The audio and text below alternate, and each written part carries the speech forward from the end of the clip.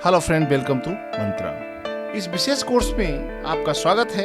Play head को movement करने के लिए हम कीबोर्ड में कुछ अन्य विधियों का प्रयोग करते हैं, जैसे हम एरो की का प्रयोग करते हैं। हम पहले टाइमलाइन को जूम कर लेते हैं। जूम करने के बाद आप देखेंगे प्ले हेड की पोजीशन क्या है टाइम कोड पे। यहाँ आपको उसका टाइम कोड दिखता रहता है जब हम प्ले हेड को मूव करते हैं। ये देखिए, यहाँ पर टाइम कोड दिखता रहता है जब हम आपको स्क्रीमर को मूव करते हैं या प्ले हेड को मूव करते हैं। यदि हम चाहते हैं प्ले हेड को कीबोर्ड के द्वारा मूव करने के लिए हम एरो की का प्रयोग करते हैं। एरो की का प्रयोग करने के लिए हम लेफ्ट एरो या राइट एरो, अप एरो और डाउन एरो, चारों एरो का प्रयोग कर सकते हैं, जिससे हमारा प्ले हेड मूव होता है। यदि आपको प्ले हेड को एक फ्रेम राइट की ओर मूव करना है तो हम कीबोर्ड में राइट एरो को प्रेस करते हैं। एक बार प्रेस करने से हमारा प्ले हेड एक फ्रेम राइट की ओर मूव कर जाता है।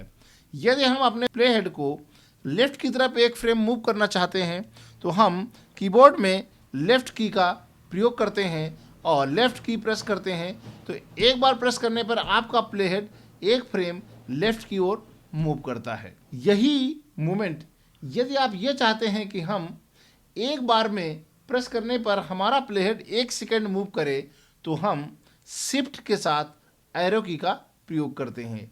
यानी यदि आपका प्ले हेड आप चाहते हैं कि एक सेकंड राइट की ओर मूव करे, तो आप कीबोर्ड में शिफ्ट बटन का प्रेस करें और उसके बाद राइट एरो का प्रेस करेंगे, तो आपका प्ले हेड एक बार प्रेस करने पर राइट एरो को एक सेकंड राइट की ओर या फॉरवर्ड की ओर मूव हो जाएगा। इसी प्रकार बैकवर्ड में या प्रीवियस एरिया की तरफ आपको मूव करना है एक बार में एक सेकंड, तो शिफ्ट की पहले प्रेस कर ले, उसके बाद लेफ्ट की का प्रेस करेंगे। तो एक बार प्रेस करने पर आपका प्ले हेड एक सेकंड लेफ्ट की ओर मूव करेगा।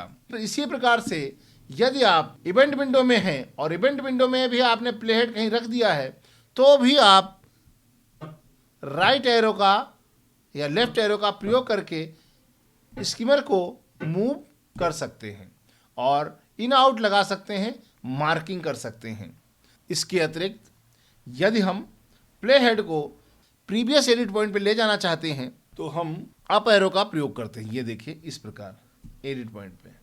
इसी प्रकार प्ले हेड को नेक्स्ट एडिट पॉइंट पे ले जाना चाहते हैं तो हम डाउन एरो का प्रयोग करते हैं।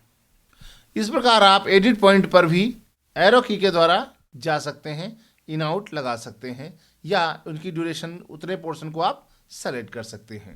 इवेंट में एरो की का प्रयोग करके हम क्लिप्स को सेलेक्ट कर सकते हैं, उसके प्रीवियस क्लिप को या नेक्स्ट क्लिप को। अप एरो से प्रीवियस क्लिप को, डाउन एरो से नेक्स्ट क्लिप को सेलेक्ट करते हैं।